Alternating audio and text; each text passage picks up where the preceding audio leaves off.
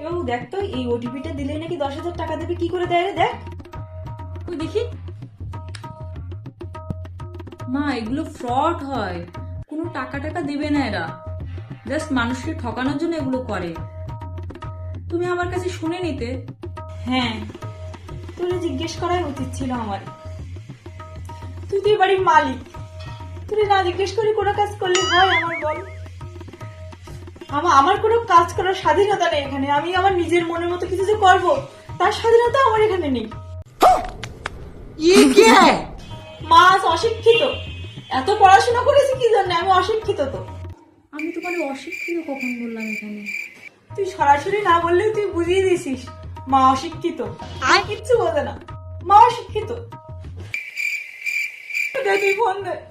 শোনো, তোমার মেয়ে আজকে আমার অশিক্ষিত বলেছে, কালকে পাগল বলবে।